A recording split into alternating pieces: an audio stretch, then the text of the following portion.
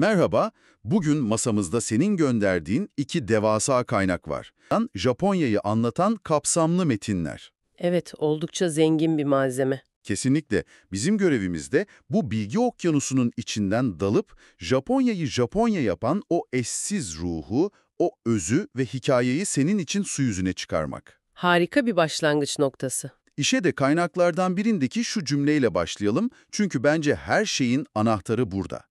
Japonya'daki yaşamın ana teması karmaşıklık ve karşıtlıktır. Düşününce inanılmaz bir şey bu. Bir yanda binlerce yıllık tapınaklar, geishalar, samuray kültürü. Diğer yanda robotların servis yaptığı kafeler, dünyanın en hızlı trenleri. Ve gökdelenler. Aynen, bir toplum nasıl hem bu kadar derinden geleneksel hem de bu kadar fütüristik olabilir? Bu çelişki değil de sanki bir tür uyum. Bugün bu uyumun sırrını çözmeye çalışacağız. Kesinlikle öyle. Bu sırrı çözmek için de rotamız oldukça net. Önce her şeyin temelini, yani bu kültürü şekillendiren coğrafyayı, o ateş ve suyun ortasındaki adaları anlayacağız. Toprağın kendisini. Evet. Sonra bu coğrafyanın üzerinde yazılan çalkantılı ama bir o kadar da zengin tarihi adım adım takip edeceğiz. Antik klanlardan şogunlara, tam bir izolasyondan inanılmaz bir modernleşme hamlesine uzanacağız. Ve en sonunda da kültür. En sonunda da bu coğrafya ve tarihin yarattığı o eşsiz kültürün DNA'sına bakacağız. Yani aslında binlerce yıllık bir medeniyetin hikayesini özetlemiş olacağız. Harika. O zaman en temelden, topraktan başlayalım. Coğrafya. Ben bu kısmı okurken en çok şuna takıldım. Ülkenin %80'i, yani 4'ü dağlık. Evet, bu çok çarpıcı bir oran.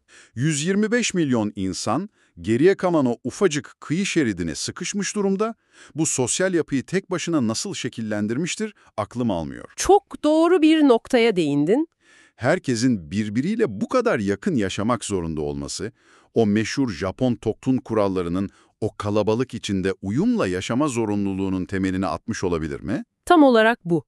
Nüfusun, özellikle de Tokyo'nun bulunduğu Kanto Ovası gibi daracık alçak düzlüklerde sıkışmasının sebebi bu. Anladım. Bu dağlık yapı aynı zamanda ülkenin nehirlerinin neden kısa ve çok hızlı aktığını da açıklıyor.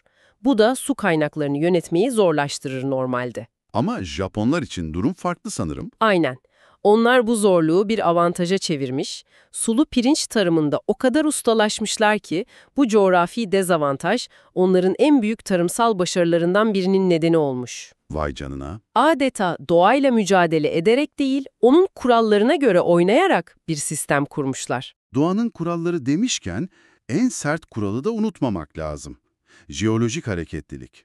Kaynaklar burayı dünyanın jeolojik olarak en istikrarsız bölgelerinden biri diye tanımlıyor. Evet, Pasifik Ateş Çemberi'nin tam üzerinde. Yılda 1000'den fazla depremden bahsediyoruz. Fuji Dağı'nın o sakin kartpostallık görüntüsünün altında aslında aktif bir yanardağ olması gibi. Evet, her an uyanabilir. Sürekli sallanan, her an patlayabilecek bir zeminde yaşamak, bir halkın psikolojisini, felsefesini nasıl etkiler? İşte bu. Japon kültürünü anlamak için en kritik sorulardan biri. Japonya, Pasifik, Filipin ve Avrasya gibi dev tektonik plakaların tam birleştiği, adeta çarpıştığı bir yerde duruyor. Tam kavşak noktası. Evet. Bu durum doğaya karşı aynı anda hem bir korku ve saygı hem de her şeyin geçici olduğu fikrini kabullenme felsefesi yaratmış. Yani hayat kırılgandır, güzellik kalıcı değildir, her an her şey yok olabilir. Bir dakika, o zaman bu çok ilginç bir bağlantı. Yani kaynaklarda bahsedilen o wabi-sabi felsefesi, Evet, evet. hani kusurlu olanın güzelliği ya da sabi, eski ve solmuş olanın getirdiği dinginlik, bunlar aslında her an bir deprem olabilir. O yüzden mükemmelliğe bu kadar takılma, anın ve geçiciliğin güzelliğini gör demenin şiirsel bir yolu mu? Tam olarak bu. Bu inanılmaz bir bakış açısı. Gerçekten öyle. Mükemmel bir porselen vazonun kırılganlığı yerine tamir edilmiş, çatlakları altınla doldurulmuş kintsugi bir vazonun yaşanmışlığını ve direncini daha değerli bulmaları bu felsefenin bir yansıması. Harika bir örnek. Coğrafyanın bir milletin ruhuna nasıl işlediğinin en somut örneği bu aslında. Bu geçici topraklar fikrinden devam edelim o zaman tarihe. Kaynaklar, bu topraklar üzerinde yaşayan ilk insanların yani Jomon kültürünün izlerini sürerken de sanki benzer bir estetikten bahsediyor. Evet, o ip izli çömlekler. Aynen, Jomon, ip izli demekmiş zaten. Yaptıkları çanak çömlekler inanılmaz detaylı. Avcı toplayıcı bir toplumdan beklenmeyecek bir sanat anlayışı var. Evet, Jomon kültürü 10.000 yıldan fazla süren oldukça uzun bir dönem. Ama asıl devrim M.'den önce 300 civarında Yayoi dönemiyle başlıyor. Yeni bir dalga geliyor. Evet, Anakara'dan yani Kore ve Çin'den. Bu insanlar yanlarında sadece metal aletleri, demiri ve bronzu getirmiyorlar. En büyük devrimi sulu pirinç tarımını getiriyorlar. Ve pirinç her şeyi değiştiriyor. Her şeyi. Pirinç, bir yerde kalıp toprağı işlemeyi, organize olmayı ve dolayısıyla daha karmaşık bir toplum yapısını gerektiriyor. Devletin temelleri aslında bu pirinç tarlalarında atılıyor. Ve bu da bizi Japonya'nın ilk birleşik devleti sayılan Yamato yönetimine ve günümüze kadar kesintisiz devam eden imparatorluk soyunun başlangıcına getiriyor. Aynen öyle. Ama Japon tarihindeki şu ikilik beni hep şaşırtmıştır. İmparator var, kutsal kabul ediliyor, hatta Shinto dininin baş rahibi gibi bir rolü var ama gerçek güç neredeyse hiçbir zaman onda değil. Evet, bu çok ilginç bir dinamik. 12. yüzyıldan itibaren sahneye samuray sınıfı ve onların lideri olan Shogun çıkıyor. İmparator Kyoto'da hüküm sürüyor ama Shogun Edo'da ülkeyi yönetiyor. Bu nasıl 700 yıl boyunca devam edebilen bir sistem? Bu Japon siyasetinin en özgün yanlarından biri. İmparator, bir meşruiyet kaynağı, gücün sembolü, tanrısal bir onayı temsil ediyor. Shogun ise o gücü kullanan kişi. Yani biri mühür, diğeri kılıç. Çok güzel bir benzetme. Bu ayrım siyasi istikrarsızlık dönemlerinde bile imparatorluk soyunun neden hiç devrilmediğini açıklıyor. Gücü ele geçirmek isteyen bir feodal bey imparatoru devirmeye çalışmıyor. Onun yerine shogun olmaya ve imparatordan onay almaya çalışıyor. Anladım. Sistemin devamlılığını sağlıyor bu. Kesinlikle. Ta ki Sengoku yani savaşan devletler dönemine kadar o dönem tam bir kaos. Kaynaklar o dönemi alttakilerin üsttekileri yendiği bir anarşi olarak tanımlıyor. Ve bu kaosu bitiren Tokugawa Ieyasu oluyor. Evet, 1603'te Tokugawa şogunluğunu kuruyor ve Japonya'yı 250 yıl sürecek bir barış dönemine sokuyor. Ama bu barışın bir bedeli var. Sakoku, yani neredeyse tam bir dışa kapalılık. Tam bir izolasyon. Sadece birkaç limandan çok kısıtlı bir şekilde Hollandalılar ve Çinlilerle ticaret yapılıyor. Bu izolasyon, Japonya'nın o eşsiz kültürünü kendi içinde pişirmesi için adeta dev bir fırın görevi görüyor. O fırın benzetmesi çok yerinde. Çünkü bu 250 yıl boyunca dışarıdan neredeyse hiç etki gelmiyor. Her şey içeride gelişiyor. Aynen, kabuki tiyatrosu, ukiyo-e ahşap baskı sanatı, haiku şiiri gibi bugün Japon kültürü dediğimiz pek çok şey aslında bu kapalı fırının içinde pişti, kendine özgü formunu buldu. Ama her fırının kapağı bir gün açılır. Ve Japonya için o gün 1854'te Amerikalı Commodore Perry'nin kara gemilerinin Tokyo Körfezi'ne demir atmasıyla geldi. O an bir şok etkisi yaratmış olmalı. Yüzyıllardır kendi içine kapalı bir toplum, bir anda buharla çalışan, devasa topları olan gemilerle yüzleşiyor. Tam bir travma. Bu olay, şogunluğun sonunu getirip Meiji restorasyonunu tetikliyor. Adı restorasyon olsa da kaynaklar bunun aslında bir devrim olduğunun altını çiziyor. Evet. İmparator yeniden gücün merkezine oturtuluyor ve batıya yetişmek sloganıyla inanılmaz bir modernleşme başlıyor. Feodalizm bir gecede lağvediliyor, batılı tarzda bir ordu, anayasa, eğitim sistemi kuruluyor. Bu hız akıl alır gibi değil. Akıl alır gibi değil ve bu hızın getirdiği bir yan etki de var. Japonya batılı güçlere yetişmekle kalmıyor, onlar gibi davranmaya da başlıyor. Yani emperyalist bir güce dönüşüyor. Tam olarak.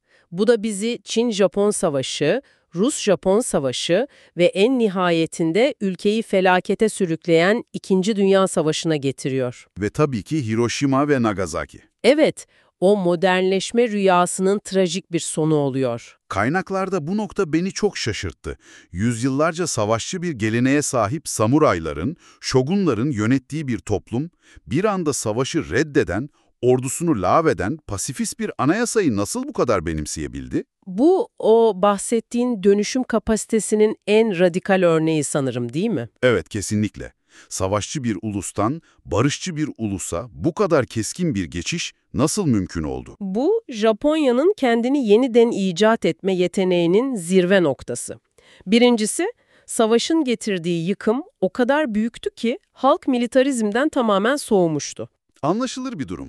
İkincisi, Amerikan işgali altında yazılan anayasa, imparatorun rolünü tanrısallıktan çıkarıp tamamen sembolik bir hale getirdi ve savaşma hakkından feragat eden 9. maddeyi içeriyordu. Ama bunu bir dayatma olarak görmemişler. Görmemişler. Bunu yeni bir başlangıç olarak benimsediler. Savaşmaya harcayacakları enerjiyi tamamen ekonomiye ve teknolojiye yönlendirdiler. Ve küllerinden dünyanın Japon ekonomik mucizesi dediği o inanılmaz yeniden doğuş gerçekleşti. Bütün bu tarihsel ve coğrafi katmanların üzerine inşa edilen kültüre gelelim o zaman. Kaynakların altını en çok çizdiği şey, Japonya'nın dış etkileri alıp onları Japonlaştırma yeteneği. Evet, bu müthiş bir şey. Sanki kültürel bir süzgeçleri var. Dışarıdan ne gelirse gelsin, o süzgeçten geçiyor ve sonunda tamamen kendilerine özgü bir şeye dönüşüyor. Budizmi alıp yerel Şinto tanrılarıyla birleştirmeleri. Çin yazı sistemini alıp kendi hece alfabelerini yaratmaları, hatta modern zamanda beyzbolu alıp onu neredeyse milli bir spora dönüştürmeleri. Hep aynı mekanizma işliyor. Bu seçici adaptasyon dediğimiz şey onların kimliğinin temel taşı. Bu aynı zamanda estetik anlayışlarının da temelini oluşturuyor. Yine o wabi-sabi'ye dönüyoruz. Aynen. Doğanın geçiciliğini ve sadeliğin zarafetini yüceltir. Bunu çay seremonisinden ikebana'ya, yani çiçek düzenleme sanatına kadar her alanda görebilirsin. Hatta günümüzden bir örnek var. Evet, ilginç bir bağlantı kuracak olursak, günümüzün popüler ismi Marie Kondo'nun o meşhur sadeleşme felsefesinin kökleri de aslında tam olarak bu asırlık estetik anlayışa dayanıyor. Gereksiz olanı atıp öze odaklanmak. Sadece sana neşe veren öze odaklanmak. Bu çok Japon bir düşünce tarzı. Sanat formlarında da bu eski yeni sentezini çok net görüyoruz. Bir yanda yüzlerce yıllık kurallarla sahnelenen son derece ağır ve sembolik Noh tiyatrosu var. Diğer yanda ise tüm dünyayı kasıp kavuran manga ve anime endüstrisi. Ya da karaoke. Onu da onlar icat etti. İşin ilginç yanı bu iki dünya birbiriyle savaşmıyor. Gelenek ve modern bir müzede sergilenen objeler değil, günlük yaşamın içinde, sokakta yan yana duruyorlar. Kesinlikle. Bu ikilik sosyal yaşamda da var. Toplum bir yandan son derece şehirleşmiş, tüketim odaklı ve Batı kültüründen etkilenmiş. Tokyo'nun caddeleri New York'tan farksız görünebilir. Ama öte yandan Ama aynı zamanda geleneksel aile yapısı, iş yerine duyulan o sarsılmaz bağlılık ve sosyal hiyerarşi gibi unsurlar biraz değişime uğrasa da hala çok güçlü. İş yeri ve okul hala birçok insan için hayatın iki ana direği. ama kaynaklardan biri aynı zamanda rekor seviyelerdeki yalnızlık, düşük doğum oranları ve hikikomori gibi. Evet, o sosyal çekilme durumu. Evet, yani gençlerin kendilerini tamamen odalarına kapatıp sosyal hayattan çekilmesi gibi olgulardan da bahsediyordu.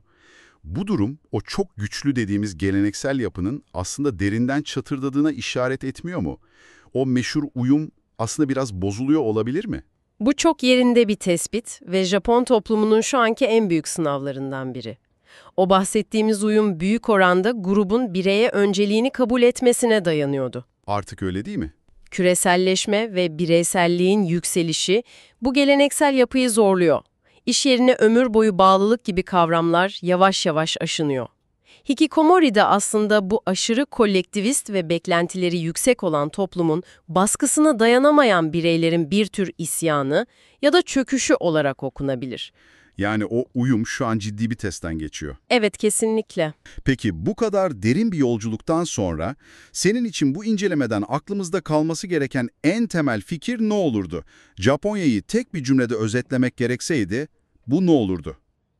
Sanırım anahtar kelime daha önce de bahsettiğimiz o dönüşüm kapasitesi. Kendini yeniden icat etme yeteneği. Evet, Japonya tarihi boyunca defalarca kendini sıfırdan yarattı. Klan toplumundan birleşik bir devlete, feodal bir şogunluktan modern bir sanayi gücüne, yenilmiş bir imparatorluktan barışçıl bir ekonomik deve. Her krizden sonra yeni bir forma bürünmüşler. Her büyük krizden sonra eskisinden daha farklı ama daha güçlü bir şekilde çıkmayı başardılar. Bu, sürekli değişen bir dünyada ulusal kimliğin ne kadar esnek ve uyum yeteneğinin ne kadar hayati olabileceğinin canlı bir kanıtı. O zaman bu dönüşüm kapasitesinin bir sonraki sınavıyla bitirelim. Kaynaklar, Japonya'nın bugün karşı karşıya olduğu en büyük meydan okumanın savaşlar ya da dış tehditler değil, kendi içindeki bir sorun olduğunu söylüyor. Hızla yaşlanan ve küçülen nüfus. Bu çok daha sinsi bir tehdit. Evet, bu tarihlerindeki diğer büyük dönüşümlerden çok daha farklı, daha sessiz ama belki de daha zorlu bir sınav. Geçmişte defalarca küllerinden doğmayı başaran bu toplum, bu demografik krizle nasıl yüzleşecek ve kendini bir kez daha nasıl yeniden şekillendirecek? İşte bu, sanırım senin de üzerine düşünebileceğin en önemli soru.